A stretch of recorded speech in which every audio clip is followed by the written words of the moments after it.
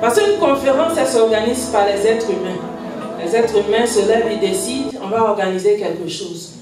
Mais quand c'est plus qu'une conférence, c'est-à-dire que ça a été inspiré par le Saint-Esprit.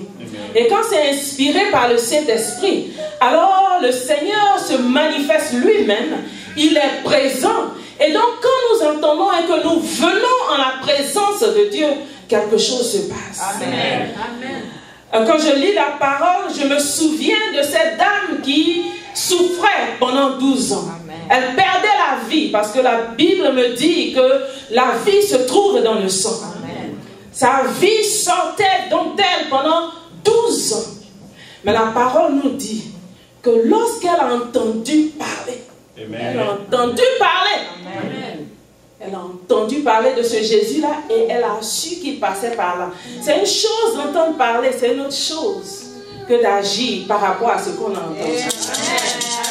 Donc le fait que tu as entendu, que tu sois venu, c'est déjà une étape. Amen. Une étape qui te conduit à ta victoire. Amen. Mais ce que tu fais après avoir entendu, ça détermine ta victoire. Amen. Cette femme avait entendu parler, elle s'est précipitée, elle est partie. Il y a d'autres personnes qui avaient aussi entendu, parce qu'elle n'était pas seule autour du Messie. Il y avait la foule. En français, ça s'appelle des badauds, ceux qui sont là, qui n'ont aucun objectif, qui observent simplement. Il y avait plein de badauds autour, mais elle était présente avec un objectif. Ma prière, que tu ne sois pas un badaud ce soir. Alléluia. Tu as entendu, tu es venu, tu as un objectif. Amen. Et par rapport à cet objectif, tu te focalises sur Jésus. Amen. Qui est assis à côté de toi? Qui n'est pas assis à côté de toi? Quel habit il a porté? Quel habit il n'a pas porté? Comment la servante est? Tout ça, ce n'est pas ton problème. Amen. Tu es venu ici aujourd'hui pour te focaliser sur Jésus. Amen. Et si tu te focalises sur Jésus, ta situation va changer. Amen. Il y a des choses que tu es habitué à voir, certainement. Mais qu'est-ce qui fait que chaque fois ça te passe sous le nez? La distraction. Amen. La distraction ne sera pas ton partage ce soir. Je m'oppose à tout esprit de distraction dans cette salle. Au nom de Jésus de Nazareth. Je m'oppose à la distraction ce soir au nom de Jésus. Et je proclame que nos oreilles sont pointes ce soir pour entendre ce que le Seigneur a pour nous. Amen. Et Éternel, merci parce que tu oins également mes lèvres pour délivrer le message que tu as pour nous tous. Amen. Je me remets donc entre tes mains. Je me soumets à toi, Papa, pour la gloire de ton Seigneur. Merci, Seigneur Jésus. Amen. Amen. Alléluia. Amen. La parole de Dieu nous dit dans Jérémie chapitre 31, versets 13 à 14. Est-ce que si quelqu'un a trouvé, il peut nous lire ce passage-là? Il y a une bénédiction dans la lecture de la parole. Amen. Jérémie 31, 13 à 14, nous lisons au nom du Seigneur Jésus-Christ. Alors la Vierge se réjouira à la danse, les jeunes hommes et les vieillards également. Je changerai leur deuil en gaieté. Et je les consolerai, je les réjouirai après leur tourment. Je rassasierai de graisse la personne des sacrificateurs et mon peuple se rassasiera de mes biens. Oracle de l'Éternel. Amen. Amen. Amen. Amen. Merci. Le prochain passage, vous voyez, on est déjà violent, hein? Ce sont les violents qui sont en bas. Amen. Amen. On est déjà violent. Et quand je dis que la bénédiction, il y a une bénédiction dans la lecture de la parole de Dieu, alors tout le monde devait se précipiter pour chercher à lire. Alléluia. Amen. Parce que nous sommes là et nous voulons tout recevoir du Seigneur. Psaume chapitre 30, verset 6. Psaume chapitre 30, verset 6. Alléluia. Je lis au nom de Jésus. Gloire à l'Éternel. Psaume 30, et verset 6. Hein? Oui. Amen. Car sa colère dure un instant, mais sa grâce toute la vie.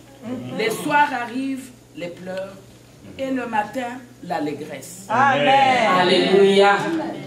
Gloire à Dieu. Voici un passage dont l'histoire nous interpelle. Mais pour ne pas trop rentrer dans les détails, je dirais simplement qu'ici, il s'agit du peuple de Dieu qui s'est retrouvé en captivité. À cause de leur propre mauvais comportement, la tendance à l'idolâtrie, la tendance à la désobéissance, le Seigneur a donc permis qu'ils se retrouvent en captivité. Et pendant qu'ils étaient en captivité, ils se trouvaient séparés de l'endroit où Dieu voulait se faire adorer.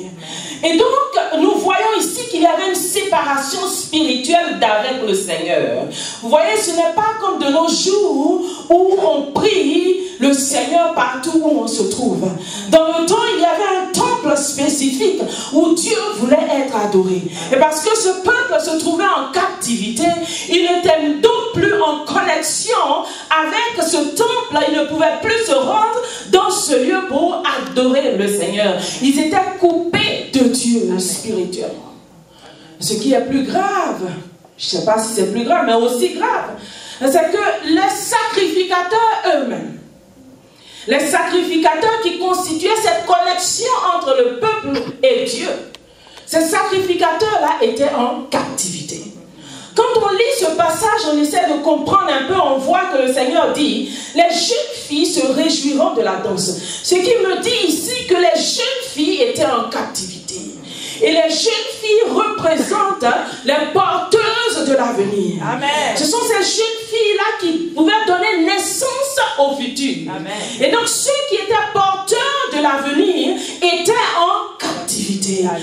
On me dit aussi que les jeunes gens, les jeunes hommes et les vieillards se réjouiront aussi.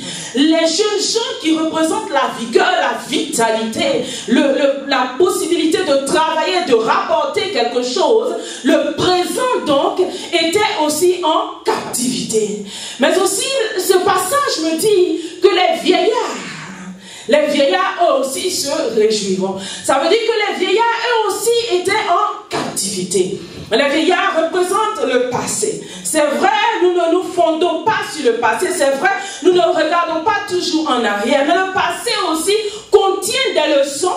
Le passé contient des éléments de témoignage qui nous permettent de bien appréhender le présent. Amen. Afin de fonder de l'espoir sur le futur. Amen. Ce passé-là aussi était en captivité. Et comme je viens de vous le dire, les sacrificateurs eux aussi étaient en captivité. Voici donc un peuple dont le passé, le présent et le futur se retrouvaient totalement isolés.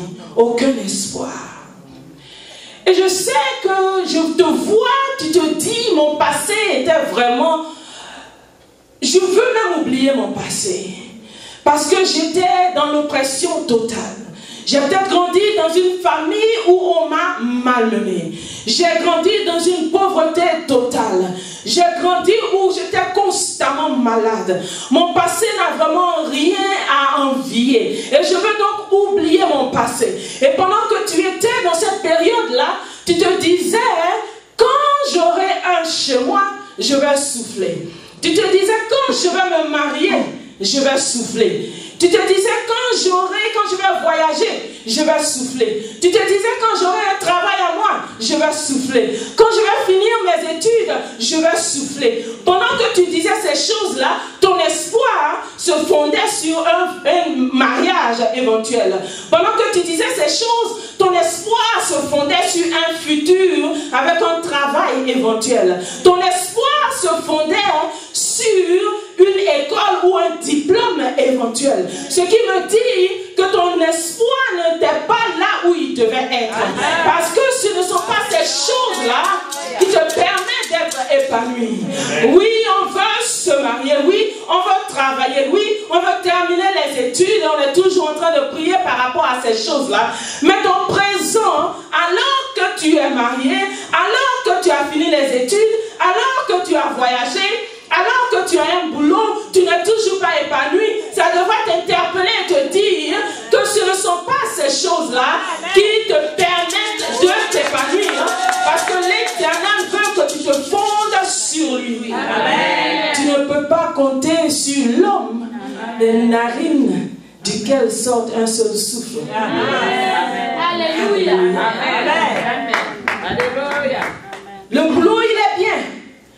Mais tu te rends compte dans ton présent que ces choses-là ne t'ont pas satisfait. Amen. Parce que tu avais fondé un rêve par rapport à ta situation. Le rêve là n'était pas une vision de Dieu. Mais simplement parce que tu étais opprimé, tu te disais non, quand je vais réussir, personne ne pourra me dire quoi que ce soit. Quand je vais réussir, personne ne pourra me donner des ordres. Tout le monde devra se soumettre à moi. Parce que j'ai trop souffert. Ça veut dire que tu as fondé de mauvais rêves sur ta situation présente. Ta situation t'a tellement détérioré que maintenant tu vois les choses au travers des lunettes de cette situation-là. Mais je veux te dire aujourd'hui que le Seigneur veut penser ces plaies-là. Parce qu'en fait, ce sont des plaies. Tu as été blessé. Et parce que tu as été blessé, maintenant ce sont tes cicatrices qui parlent. Mais le Seigneur veut que tu sois guéri, afin que tes cicatrices ne parlent plus, mais que ce soit l'Esprit de Dieu en toi qui parle. Alléluia. Le passé de ce peuple-là était opprimé. Le présent était opprimé. Ce peuple-là souffrait.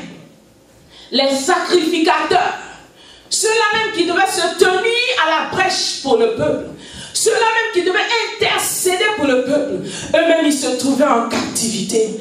Je te dis qu'il est important que tu pries pour tes sacrificateurs. Oh oui, je te dis qu'il est important que tu pries pour les hommes et les femmes de Dieu, ceux-là même que Dieu a mis au devant de toi. Oui, tu peux prier toi-même. Oui, tu me diras, oui, je prie moi-même. Mais ceux-là ont été moins particulièrement pour décanter certaines situations. Il est donc important que tu pries pour eux, pour ne pas qu'ils s'affaiblissent, qu'ils tiennent debout, parce que tant qu'ils tiennent debout, toi aussi tu tiendras debout. Amen. Dieu est un Dieu d'ordre, il sait pourquoi. Amen. Bien que tu puisses prier toi-même, bien que tu puisses lire la parole toi-même, bien que toi aussi tu sois oint, parce que nous sommes tous oints, j'ai déjà entendu ça, bien que toi aussi tu sois oint, mais je te dis qu'il y en a qui sont oints particulièrement pour cette tâche-là, et il est de ton bien de prier pour ceux-là. Prie pour ceux que Dieu a mis dans ta vie. Amen. Voici des sacrificateurs qui étaient en captivité. Et parce qu'ils étaient en captivité, le peuple de Dieu était complètement déconnecté de Dieu. Pas de temple, pas de sacrificateurs pour intercéder. Ils étaient là, ils souffraient. Mais dans leur souffrance, ils ont crié à l'Éternel. Ils étaient coupés physiquement du temple. Leurs sacrificateurs étaient opprimés. Mais ils ont crié à l'Éternel. Et l'Éternel est allé au-delà de ces obstacles. Et l'Éternel a répondu. Amen. Tu te trouves dans une situation compliquée. Ton passé était vraiment impossible. Et ton présent est encore plus difficile. Tu t'es donné au Seigneur parce que tu as entendu dire qu'il va porter tes fardeaux. Et tu es avec le Seigneur, mais tu te retrouves encore à porter tes fardeaux. Tu es encore en train de trimballer des fardeaux. Tu es encore en train de trimballer des plaintes. Tu es encore en train de trimballer des bagages. Tu es encore en train de souffrir. Mais est-ce qu'à dire que Jésus ne récupère pas les fardeaux? Est-ce qu'à dire que Jésus n'allège pas les tâches? Est-ce à dire que Jésus n'est pas venu pour que tu aies la vie abondante? Est-ce à dire que Jésus est un menteur?